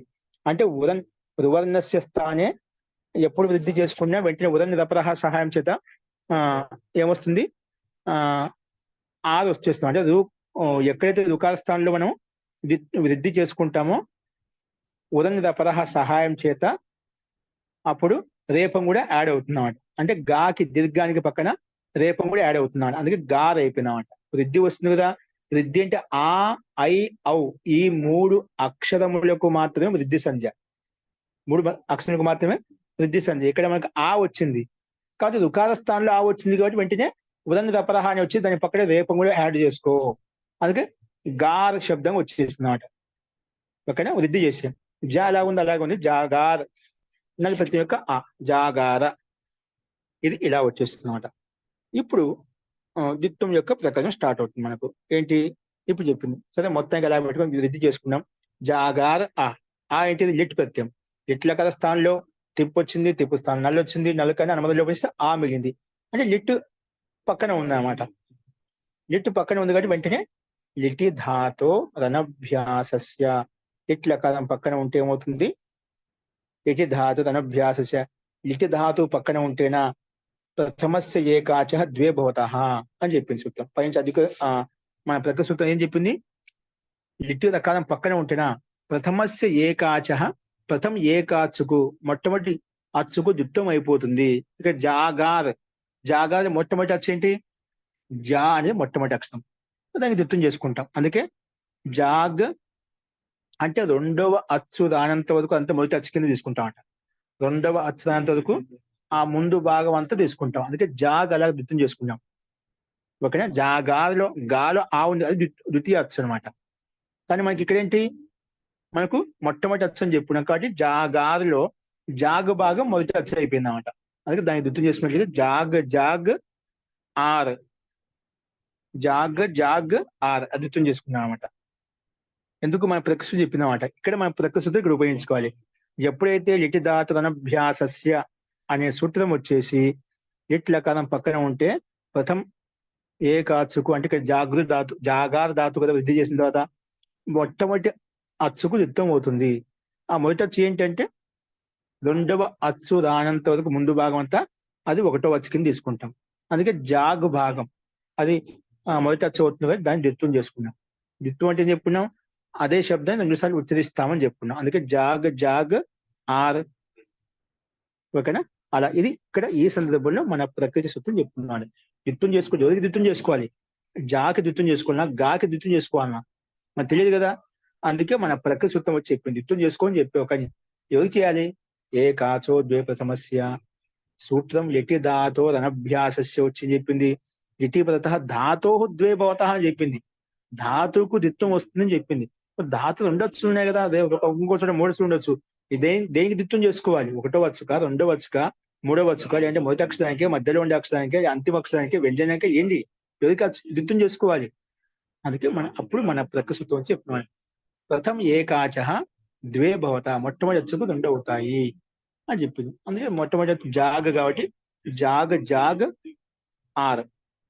ఆర్ రేపానికి అదంతా పక్కన నల్ ప్రత్యయంలో ఉండి ఆగలిపితే ఆరా. ఇక్కడ పూర్వోభ్యాస ద్విత్వం చేసుకోగానే ఈ సూత్రం సిద్ధంగా ఉంటుంది అన్నమాట. నువ్వు ఎక్కడైతే రెండు చేసావో అందులో మొట్టమొదటి దానికి అభ్యాసం అని పేరు పెట్టు. ఎక్కడైతే రెండు చేసావో దానికి ఏం పెట్టాలంట, పూర్వోభ్యాస. ఎత్ర ద్వే విహిత తత్ర పూర్వస్య అభ్యాస సంజ్ఞా భవతి. నువ్వు ఎవరికైతే ద్విత్వం చేసావో అందులో మొట్టమొదటి దానికి ఏమొస్తుంది, అభ్యాసం పేరు పెట్టాం. ఇంకా జాగ్ జాగ్ అని కదా, ఆ రెండు ద్విత్వం చేసిందని మొట్టమొదటి జాగ్, దానికి ద్విత్వం చేసుకున్నాము. అందుకే ఇక్కడ జాకి అభ్యాసం వచ్చేసింది కాబట్టి వెంటనే హలాది శేష, అది అభ్యాసం అని పేరు పెట్టి వెళ్ళిపోయింది అంతే. అభ్యాసం పేరు పెట్టక ఇంకో సూత్రం వచ్చింది అన్నమాట. ఏమొచ్చింది, హలాది శేష. నువ్వు ఎవరికైతే అభ్యాసం పేరు పెట్టావో అందులో ఆది హల్లు శిష్యతే, ఆది హల్లు మాత్రమే ఉంటుంది. అంటే ఒక హల్లు మాత్రమే ఉండాలి ఆ అభ్యాసంలో, ఒకటి కన్నా హల్లులు ఎక్కువగా ఉండకూడదు. అచ్చుల విషయం ఏం చెప్పలేదు, హల్లుల విషయం చెప్పాడు. ఆది హల్ శిష్య హలాది శేష, ఆది హల్ శిష్యతే. దీన్ని బట్టి అనాది హల్లు లుప్యతే, ఏదో ఆది లేదో అది లుప్తం అయిపోతుంది. ఓకేనా, అందుకే ఇక్కడ ఆది హల్లు అంటే ఏమిటి, జ ఆది హల్లు, హల్లు వదనం అంటే వ్యంజనాలు హల్లు వదనం, హల్లు అనే వ్యంజనం ఒకటి కదా, జ మాత్రం మిగిలింది. అచ్చు విషయం ఏం చెప్పలేదు, అది ఎలా ఉందో అలాగే ఉంటుంది అన్నమాట. రెండవ హల్లు అంటే గ, రెండవ హల్లు కదా, దానికి లోపం చేసుకుని చెప్పాల్సిన అవసరం లేదు. ఇక్కడ 10 మంది ఉన్నారు, ఇందులో ఈ 9 మంది మాత్రమే ఉంటారు, 1 నుంచి 9 వరకు ఉంటారు అంటే దీని అర్థమైంది, అంతిమ వ్యక్తి ఇక్కడ ఉంటాడు, లేదా మొదటి వ్యక్తి ఇక్కడ ఉంటాడు అని చెప్పి 10 మందిలో మొదటి వ్యక్తి మాత్రం ఇక్కడ ఉంటాడు అని కానీ చెప్పాల్సిన అవసరం లేదు. ఇది వెళ్ళిపోయిన 9 మంది అని చెప్పి. ఇక్కడ ఇందులో ప్రథమ అచ్చు మాత్రమే ఉంటుంది అంటే చెప్పాల్సిన, మిగతా అచ్చులు హల్లులు ఏవైతే తీసివేయాలి. అందుకే జాగులో గా తీసివేశాం. అభ్యాసంలో మాత్రమే దేనికైతే అభ్యాసం పేరు పెట్టామో అది గమనించాలి. అలాగే జా మాత్రం మిగిలింది అన్నమాట. ఏమిగింది? జా మాత్రం మిగిలింది. జాగ్ ఆర కలిపేసి జాగార, జాగార, జ అభ్యాసము జాగార. ఇప్పుడు ఈ స్థితిలో జాగార వెంటనే హ్రస్వ ఆ సూత్రం వచ్చేసింది అన్నమాట. హ్రస్వం వచ్చింది చెప్పింది. ఎవరికైతే నువ్వు అభ్యాసం పేరు పెట్టావో అక్కడ హ్రస్వం వస్తుంది. ఒక మా అభ్యాసం పేరు పెట్టి దాంట్లో ఒక దీర్ఘం ఉంటే హ్రస్వం అయిపోతున్నాం. సిద్ధాంతం చెప్పింది అన్నమాట. ఎప్పుడైతే ఆ అభ్యాసం పేరు పెట్టామో ఒకవేళ ఆ అభ్యాసంలో దీర్ఘవర్ణం ఉంటే అది ఆ కావచ్చు, ఈ కావచ్చు, ఊ కావచ్చు, దీర్ఘవర్ణం ఉంటే వెంటనే హ్రస్వ అభ్యాసే హ్రస్వో భవతి. అభ్యాసస్య హ్రస్వవతి. అభ్యాసం దేనికైతే పేరు పెట్టామో అందులో దానికి హ్రస్వం వస్తుంది. ఏ దీర్ఘం ఉంటే ఆటోమేటిక్ హ్రస్వం అయిపోతుంది. ఇక జా దీర్ఘం కదా, అందుకే హ్రస్వం అయిపోయింది. అందుకే ఇక్కడ జ వచ్చేసింది. జ పక్కన జాగార, జజాగార అలా రూపం వచ్చేసింది అన్నమాట. అర్థమైందా? జజాగార అనే రూపం ఈ రకంగా తయారు చేసుకోవాలి. అస్తు, ఇందులో ఒక సందేహం ఉందా?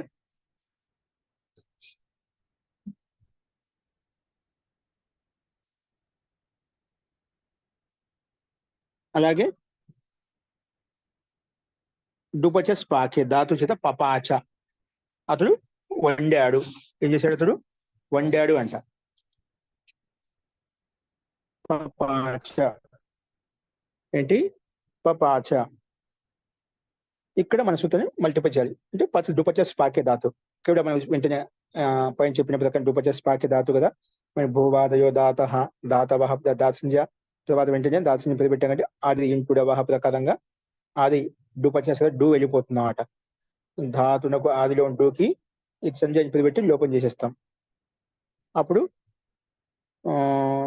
డు శాఖ హలంత్యం ప్రకారంగా లోపం అయిపోతుంది. అప్పుడు పచ్చు మాత్రం మిగులుతుంది. డుపచస్ లో పచ్చు మిగులుతుంది అన్నమాట. పచ్చు ధాతుకి భూవాదయో దాతవ ప్రకారం దాత్సంజ ఉంది కాబట్టి ధాతు అధికారానికి వెళ్ళిపోతాం.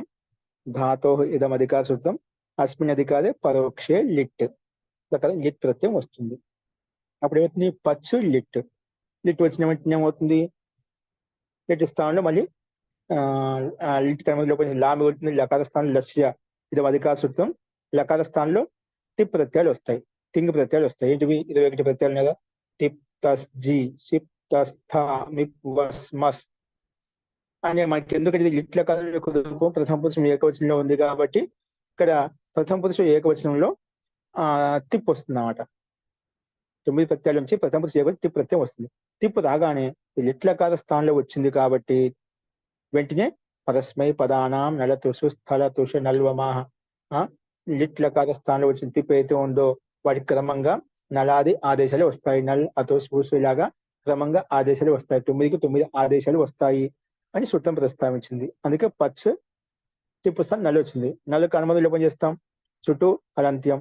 నాలో ఉండే ఆ మాత్రం మిగులుతుంది. ఆ అప్పుడే పచ్చ ఆ పచ్చ ఆ. ఇక్కడ పచ్చు ఆ ఇక్కడ ఇక్కడ పచ్చులు ఎన్ని అచ్చులు ఉన్నాయి? ఒకే అచ్చు ఉంది. ఒకే అచ్చు మొదటి అచ్చు ఏంటి? ఇక్కడ ఒకటి ఉన్నప్పుడు అదే మొదటి వచ్చు అనుకోవాలి, అవసరం అంతిమ వచ్చు అనుకోవాలి. ఏమనుకోవాలి? ఒకటి వచ్చు ఉన్నప్పుడు అదే మొదటి వచ్చు, అదే అవసరమైతే అంతిమ వచ్చుగా తీసుకోవాలి. ఓకేనా? సో ఇక్కడ ఒకటే అచ్చు ఉంది కాబట్టి దానికి ఏ అచ్చు ఉందో ప్రథమ ఏకచ్చు అది మొదటి వచ్చుగా తీసుకొని దానికి ద్వితం చేసుకుంటాం. దానికి ఏం చేస్తాం? ద్వితం చేసుకుంటాం అనమాట. దానికి ముందు లిట్ వచ్చింది పచ్చు, నలుక స్థానం ఆ పచ్చ ఆ. లిట్ అంటే లిట్లకారం కాబట్టి లిట్లకార స్థానం వచ్చింది కాబట్టి వెంటనే లిటి ధాతో రనభ్యాసస్య అనే సూత్రం వచ్చేసి వెంటనే ద్విత్వం చేసింది. ఇక్కడ మనకు గుణం ప్రాప్తం లేదండి. ఏంటి? గుణం ప్రాప్తం లేదు, సారీ వృద్ధి ప్రాప్తం లేదు. ఓకేనా? వేరే సూత్రంలో వృద్ధి వస్తుంది, అది కాసేపు పక్కన పెట్టి చూద్దాం మనం. సో ఇక్కడ మనకు లిటి ధాతునభ్యాసస్య అభ్యాసస్య ద్వే భవతః ప్రకారంగా పచ్చ ధాతువులో ఉండే మొట్టమొదటి అచ్చు పా కాబట్టి పకారం ఉండే ఆ కాబట్టి దానికి ద్విత్వం చేసుకున్నాం. అంటే రెండవ అచ్చు దానంత వరకు అంతా కూడా మొదటి అచ్చు కింద తీసుకుంటాం. అందుకే పచ్చు పచ్చు అలా ద్విత్వం చేసుకున్నాం. పచ్చు పచ్చు పచ్చు పచ్చు ఆ. ఇప్పుడు వెంటనే మనం ద్విత్వం చేసిన వెంటనే అయిపోయాం. పూర్వోభ్యాస అనే సూత్రం వచ్చేసి దానికి అభ్యాసం అని పేరు పెడతాము. అభ్యాస్ అని పేరు పెట్టగానే వెంటనే హలాది శేష సూత్రం వచ్చేసి అందులో అభ్యాసం దేనికి అభ్యాసం పేరు పెట్టే ఆది హల్లు మాత్రం మిగులుతుంది అని చెప్పింది. కాబట్టి పచ్చులో పచ్చు ఆ అన్యాం కదా. పచ్చులో మొట్టమొదటి వచ్చి ఏంటి? పకారం. అదే కదా, అది మాత్రం మిగులుతుంది అంటే చ వెళ్ళిపోతుంది. అందుకే పచ్చ ఆ. ఇప్పుడు ఈ స్థితిలో ఇక్కడ హ్రస్వం చేయడానికి హ్రస్వం ఆల్రెడీ ఉంది కాబట్టి పచ్చ ఆ. ఇప్పుడు ఇక్కడ అచోనితి ప్రకారంగా వృద్ధి చేసుకోవడానికి లేదు. ఎందుకంటే అజంతస్య అంగస్య వృద్ధి భవతి అంటున్నమాట.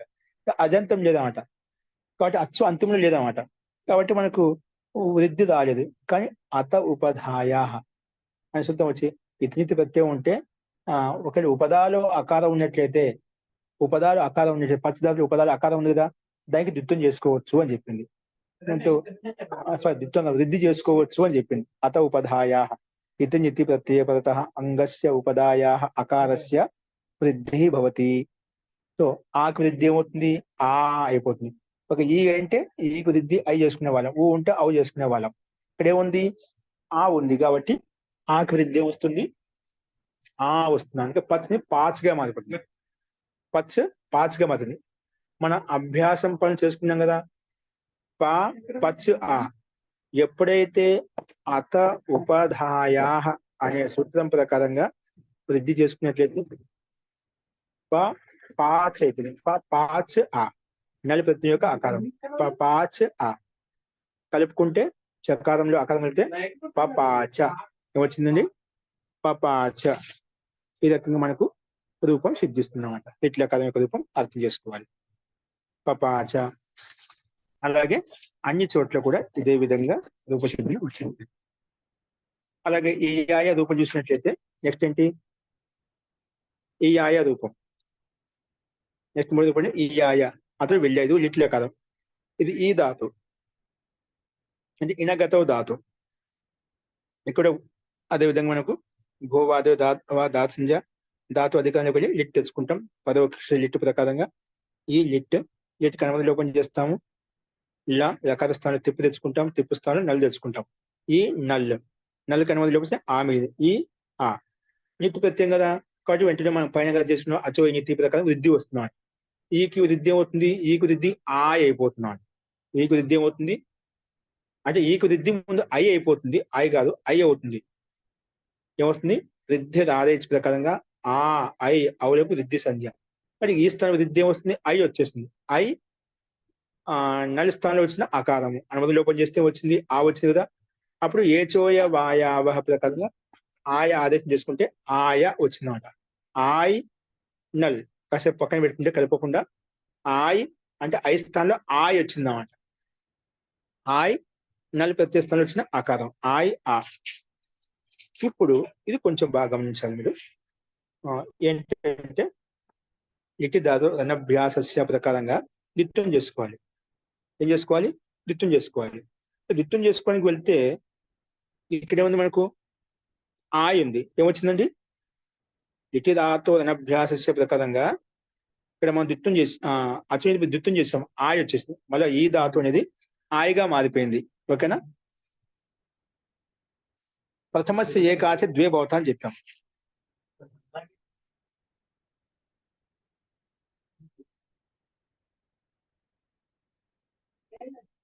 ఇక్కడ ద్విత్వం ప్రాప్తం అవుతుంటే ఆయ ప్రత్యయం నలి ప్రత్యయం నిమిత్తం చేసుకొని ద్విత్వం చేశాం కదా. సారీ, నలి ప్రత్యయ నిమిత్తం వృద్ధి చేశామట. నువ్వు దేన్ని ఎత్తి నిమిత్తం చేసుకొని నలి ప్రత్యయ నిమిత్తం చేసుకొని వృద్ధి చేశావు కాబట్టి నువ్వు మళ్ళీ ఏకాచో ద్వే ప్రథమస్య ప్రకారంగా అదే అచ్చు నిమిత్తం చేసుకొని నువ్వు ద్విత్వం చేయబోతున్నావు. ద్విత్వం చేసినప్పుడు ఆ రూపాతి దేశం అవుతుంది. అంటే మొదట్లో ఏ రూపమైతే ఉన్నదో అది రూపం అతిదేశంగా వస్తుంది. అంటే మొదట్లో ఉన్నది వృద్ధి చేయడానికి ముందు ఈ ఉన్నది. ఈకి వృద్ధి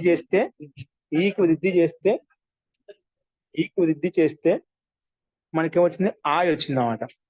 ఇప్పుడు అదే నువ్వు మొదట్లో ఏదైతే ఈ ఉందో దానికి ఆయ్ చేసావు కదా, అది రూపాతి దేశం. మొదట్లో ఏ రూపం అయితే ఉందో అది మాత్రం ద్విత్వం అవుతుంది అని చెప్తున్నాడు. ఇది ద్విర్వచనేచి పదనిమిత్తకో యో అజాదేశ. అజాదేశం అంటే వృద్ధి ఆదేశం అట. అది ద్విత్వ కర్తవ్యే స్థాని రూపో భవతి. మళ్ళీ నువ్వు దాన్నే నిమిత్తం చేసుకుని వృద్ధి చేయాలనుకుంటే ఏమవుతుంది, ద్విత్వం అది రూపాతి దేశం అవుతుంది. అంటే రూపాతి దేశం అంటే మొదట్లో రూపం ఎలాగైతే ఉందో ఆ రూపం వస్తుంది. అప్పుడు ఆ రూపం వచ్చినప్పుడు ఈ ఆయకి మొదటి రూపం అంటే ఈ అన్నమాట, అది ద్విత్వం అవుతుంది. అదే ఆయ్ ఉంది, ఇంకోసారి ద్విత్వం అయినప్పుడు ఏమవుతుంది, ఈ ఆయ్ ఆ వస్తుంది, ఈ ఆయ్ ఆ అలా వస్తుంది అన్నమాట ద్విత్వం. ఇది వచ్చే సహాయం చేత మూడు రూపాదేశం చేసుకుంటే ఈ ఆయ్ ఆ. ఇక్కడ అభ్యాసస్య అసవర్ణే ప్రకారంగా అసవర్ణే అచీపరతః అభ్యాసస్య వికారస్య ఇయంగాదేశో భవతి. అసవర్ణ అచ్చి పక్కన ఉంది కాబట్టి ఇప్పుడు మనకు వెంటనే పూర్వాభ్యాస ప్రకారం ఈ ఆయ్ ఆ వచ్చింది కదా, ద్విత్వం చేసుకున్నామంట రూపాదేశం ప్రకారంగా. అప్పుడు ఈ ఆయ్ ఆలో ఇప్పుడు పూర్వోభ్యాస ప్రకారంగా ద్విత్వం చేసి వెంటనే అయిపోయా పూర్వాభ్యాస సిద్ధంగా ఉంటుంది చెప్పాం. అది వచ్చి ఈకి అభ్యాసం అని పేరు పెట్టింది అనమాట. ఈకి ఏం పేరు పెట్టింది, అభ్యాసం అని పేరు పెట్టింది. అభ్యాసం పేరు పెట్టగానే వెంటనే అయిపోయింది. ఇక్కడ అభ్యాసస్య అసవర్ణే, అభ్యాసానికి అసవర్ణ అచ్చు పక్కన ఉన్నట్లయితే ఆ ఇకారానికి ఇయంగా ఆదేశం వస్తుంది అని చెప్పినాడు. ఏమొస్తుంది, ఇకారానికి ఇయంగా ఆదేశం వస్తుంది చెప్పినాడు. అందుకే మనకు ఏం చేశాము, అభ్యాసంలో ఉన్నటువంటి ఇకారానికి ఇయంగ చేశాం, ఈకి చేసాం ఇయంగ అయిపోయింది. ఆ ఇయంగకి అనుమతి లోపం చేస్తే అయిపోతుంది, గకారం వెళ్ళిపోతుంది, యకారంలో ఉండే అకారం లోపిస్తుంది. అప్పుడు ఈ మిగులుతుంది, ఇయ్ ఆయ్, ఇయ్ ఆయ్. ఆ ఈలో యా హలంతం కదా, యా హలంతానికి ఆయిక ఆ కలిపినట్లయితే ఆయిక ఆ కలిపినది ఈ యాయ, ఈ యాయ అయిపోతుంది. అక్కడ నలక అకారం ఆయలో ఉండే యకారాన్ని కలిపినట్లయితే ఈ యాయ, ఈ ఆయ్ ఆ మొత్తం హలంత వర్ణాలు కాబట్టి కలుపుకున్నట్లయితే క్రమంగా ఈ యాయ అనే రూపం మనకు సిద్ధిస్తుంది. ఈ రకంగా మనం అర్థం చేసుకోవాలి. ఇది ఏకాత్మ ధాతుకు మనం రూపాది దేశం చేసుకున్నట్టు ద్విత్వం ఎలా ఉంటుందో అది చూసాం. నెక్స్ట్ రూగతో ధాతు ఏంటి, ఆర శబ్దం ఉంది కదా, రూగతో ధాతు. రూగతో ధాతుకి మనం పూర్వంలో చెప్పిన విధంగానే భూవాదయో ధాతవ ధాతు సంధ్య ధాతో అధికార సూత్రం అస్మిన్ అధికదే పరోక్ష లిట్. లిట్ లకారం వచ్చింది, రు లిట్. లిట్ కనుమది లోపం రు లా. లకార స్థానంలో తిప్ తజ్జిప తిప్పు వస్తుంది, రు తిప్పు. తిప్పు స్థానంలో పరస్మై పదానం నల్ల తూసు ప్రకారంగా నల్లు, రు నల్లు. నల్లు కనిమిత్తం నల్లు కనుమది లోపం చేస్తే ఆ మిగులుతుంది, రు ఆ.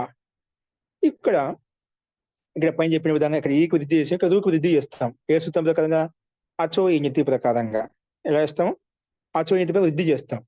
నువ్వు వృద్ధి చేయబోతుంటే ముందు చెప్పిన విధంగానే ఇక్కడ రూపాతి దేశం అవుతుంది. నువ్వు దేనినైతే నిమిత్తం చేసుకుని వృద్ధి చేశావో మళ్ళీ దానినే నిమిత్తం చేసుకుని వృద్ధి చేయబోతే గినా, మళ్ళీ దానినే నిమిత్తం చేసుకుని వృద్ధి చేసినట్లయితే,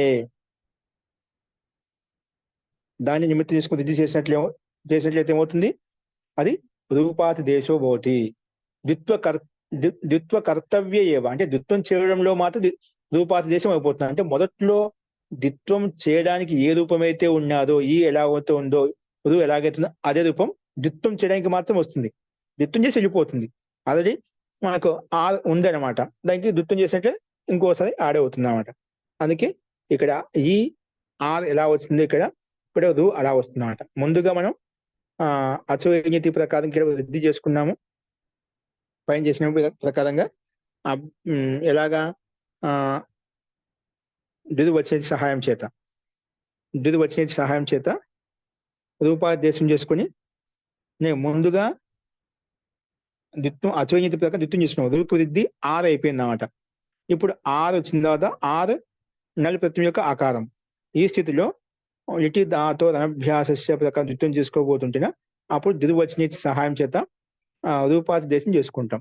అప్పుడు రు ఆర్ ఆ, రు ఆర్ ఆ వెంటనే ద్విత్వం చేశాం కదా, రూపాతి దేశం మొదట్లో ఏ రూపం ఉందో అది అతిదేశంగా వచ్చిందన్నమాట. రు ఆర్ ఆ ద్విత్వం అయిపోయింది ధాతువుకి. ఇప్పుడు మంట వెంటనే పూర్వోభ్యాస ప్రకారం అభ్యాస సంధ్య, అభ్యాసం పెట్టగానే ఇక్కడ హలాది శేష రాదు కానీ దానికి అభ్యాస సంబంధిక ఉదత్ సుత్తం వచ్చింది. ఒకవేళ అభ్యాసంలో రుకారం ఉన్నట్లయితే దానికి ఏమొస్తుంది? అత్ వస్తుంది, ఉదత్. ఒకవేళ అభ్యాసంలో రుకారం ఉన్నట్లయితే ఏమవుతుంది? దాని స్థానంలో అత్ వస్తుంది. అందుకే రూకి స్థానం వచ్చింది అత్.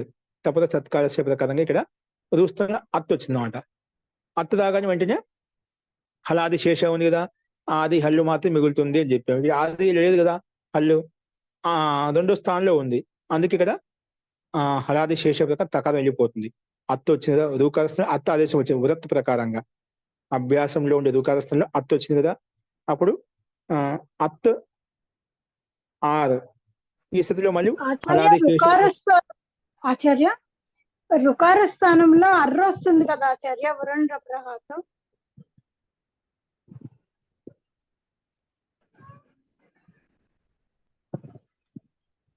ఎప్పుడైతే మనకు ఇది వచ్చేసింది కదా, రుకార స్థానంలో అనుప్రసజ్యమాని వెంటనే రపరో భూత్వ భవతి, అందుకే అర వస్తుంది అన్నమాట.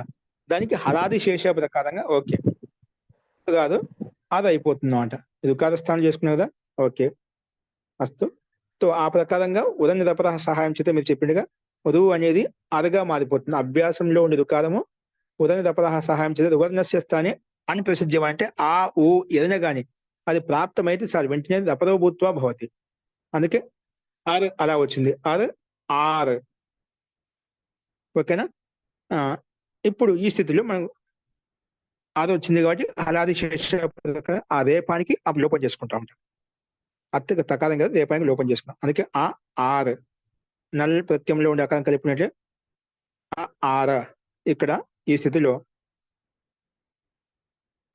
అత ఆదేహి అభ్యాసంలో ఉన్నటువంటి అకారానికి ఏమొస్తుంది? దీర్ఘం వస్తుంది చెప్పినమాట. అత అకారానికి ఆదేహి, ఆదేహి అభ్యాసస్య అకారస్య దీర్ఘో భవతి. ఆదిలో ఉండే అభ్యాస అకారానికి దీర్ఘం వచ్చేస్తుంది చెప్తుంది. అందుకే అభ్యాసంలో అకారానికి ఆ అయిపోయింది అనమాట. ఆ రాగానే వెంటనే ఆర. తర్వాత మనకు దీర్ఘాలు ఉన్నప్పుడు సంధి కార్యం ప్రాప్తమైంది కాబట్టి అకహ సవర్ణి దీర్ఘ ప్రకారంగా దీర్ఘం చేసుకున్నట్లయితే ఆర అనే రూపం మనకు సిద్ధిస్తుంది. ఈ రకంగా రూపాలు మనం అర్థం చేసుకోవాలి. ఇక్కడ కూడా మనకు ప్రథమస్య మన ప్రకృతి ఎక్కడ మల్టిప్లై ఇక్కడ ఉపయోగించుకున్నాం. ఎప్పుడైతే రూకి వృద్ధి చేయబోతుంటే ప్రథమస్య ఏకాచ ద్వే భవత అంటున్నా. ఇక్కడ ప్రథమ ఏకాచ ఎక్కడ ఉంది? ఇప్పుడు సమస్య ఎప్పుడు వస్తుందంటే ద్వివచనం ఎందుకు వచ్చింది? ఇక్కడ ఈకు వృద్ధి చేయబోయాం. ఈకు వృద్ధి చేయబోతుంటే ద్విత్వం చేయబోతుంటే ఏకాచో ద్వే ప్రథమస్య ప్రథమ ఏకాచ ద్విత్వం అవుతుందని చెప్పాం. ప్రథమ ఏకాచ ప్రథమ ఏకాచ కదా. ఎప్పుడైతే మనం వృద్ధి ఏకాదశం చేశామో ఈ స్థానంలో వృద్ధి ఏమైపోయింది? ఈ స్థానంలో వృద్ధి ఐ అయిపోయింది అనమాట. ఐకి ఏచోయవాయావ ఆయ్ వచ్చేసింది. అది ఆదేశం అయిపోయింది అనమాట, వృద్ధి అయిపోయింది. అక్కడ ప్రథమ ఏకాచ లేదు కదా, ఆదేశం అది. కాబట్టి మనకు ద్విత్వం ఎలా అవుతుంది? ద్విత్వం కావడానికి లేదు. అందుకే అది ప్రథమ ఏకాచి కదా, ఆదేశం. కాబట్టి ద్విత్వం ప్రాప్తం కానట్లయితే అప్పుడు ఇది మనకు ద్వివచనేచి అనే సూత్రం వచ్చేసి రూపాతి దేశం వస్తుంది. ద్వివచన ఏవ కర్తవ్యే. ఏ లిట్లకారాన్యత నిమిత్తం చేసుకొని నువ్వు వృద్ధి చేసావు, మళ్ళీ దానినే నిమిత్తం చేసుకుని వృద్ధి ప్రాప్తమై ద్విత్వం ప్రాప్తమైనట్లయితే ఆ ద్విత్వం వచ్చేస్తుంది, ఆ రూపాతి దేశం వస్తుంది.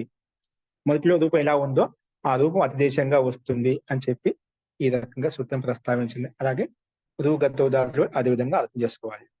ప్రథమాచ ఏకాచ లేదు కాబట్టి ద్విత్వం ప్రాప్తం కావడం లేదు. ఎలా చేయాలన్నప్పుడు రూపాతిదేశం ద్వివచనేచి సహాయం చేత మనం ద్విత్వం చేసుకుంటాం అన్నమాట. అంటే రూపాన్ని అతిదేశం చేసుకొని మొదట్లో రూపం ఎలా ఉందో అతిదేశం చేసుకొని మనం ద్విత్వం చేసుకుంటాం అన్నమాట. అది ఈ రకంగా ఈ సూత్రం యొక్క భావాన్ని అర్థం చేసుకోవాలి. ఎందుకంటే ప్రథమ ఏకాచనే కదా, ప్రథమస్య ఏకాచ ద్వేభవత ఒక సిద్ధాంతం చెప్పి ఒక అధికారం చెప్పినమాట. ఏదైనా కానీ ప్రథమ ధాతు అయినా శబ్దం ప్రథంలో ధాతులో ముఖ్యం చూసుకుంటాం. ప్రథంలో ఉండేటువంటి అచ్చ అయితే ఉందో ధాతుల్లో అది మాత్రం ద్విత్వం కావాలి నియమం చెప్పిందన్నమాట. ఇక్కడ వేరే విశిష్ట నియమాలు వస్తే వేరే నియమం. ఇప్పుడు మనం చెప్పిన ఉదాహరణలో అలాగే చూసాం. కాబట్టి ఈ రకంగా 3 లిట్లకారం యొక్క రూపాలు జజాగార పపాచ ఇయాయ అనే ఆర అనే రూపాలను మనం చూసాము. ఓకేనా? వీటిని నేను కొంచెం మీకు అంతా ఎందుకంటే దీన్ని రూపసిద్ధిని మనం ప్రారంభంలో 1వ అభ్యాసంలో 1వ అధ్యాయంలో 1వ పాదంలో రూపసిద్ధి చెప్పడం విశేషంగా విపులంగా చెప్పుకున్నాం అనమాట. అందుకే మీకు డైరెక్ట్ గా చెప్పుకుంటూ వెళ్ళాను, స్పీడ్ గా కూడా చెప్పాను అనమాట. అంటే అవి చెప్పిన విషయాలే కాబట్టి అర్థం చేసుకుంటారనే ఉద్దేశంతో స్టెప్పులు చూపించుకుంటూ వెళ్ళాను మీకు, కాబట్టి అర్థమవుతుంది. కాబట్టి ఏమైనా సందేహాలు ఉంటే ఒకసారి ప్రయత్నం చేయండి. పరిశిష్టం ఇవ్వబడ్డాయి, నీట్గా అర్థమవుతుంది. కాని పక్షంలో ఎవరికైనా సందేహం ఉంటే మనం రేపు చూద్దామండి. ఓకేనా? వస్తూ ఇప్పుడు ఎవరికైనా సందేహం ఉంటే అడగండి.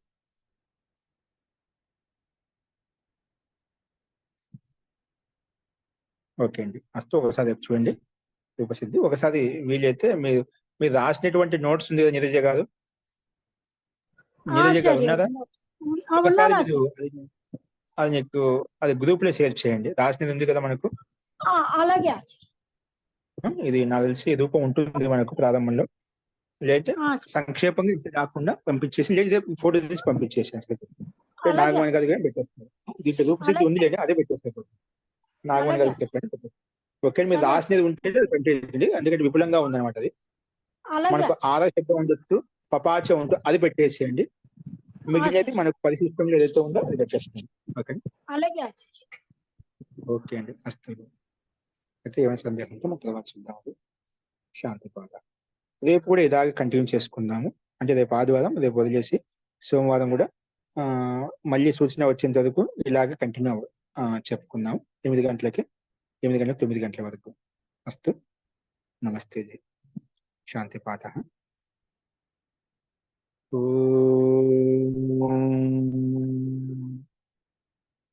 సర్వే భవంతు సుఖినః, సర్వే సంతు నిరామయాః, సర్వే భద్రాణి పశ్యంతు, మా కశ్చిత్ దుఃఖభాగ్ భవేత్. ఓం శాంతి శాంతి శాంతి. సర్వేభ్యో నమః. అందరికీ నమస్కారం అండి. వ్యాకరణం వాళ్ళు ఎవరైతే ఉన్నారో దీంట్లో మనకు మళ్ళీ నెక్స్ట్ క్లాస్ జరుగుతుంది కాబట్టి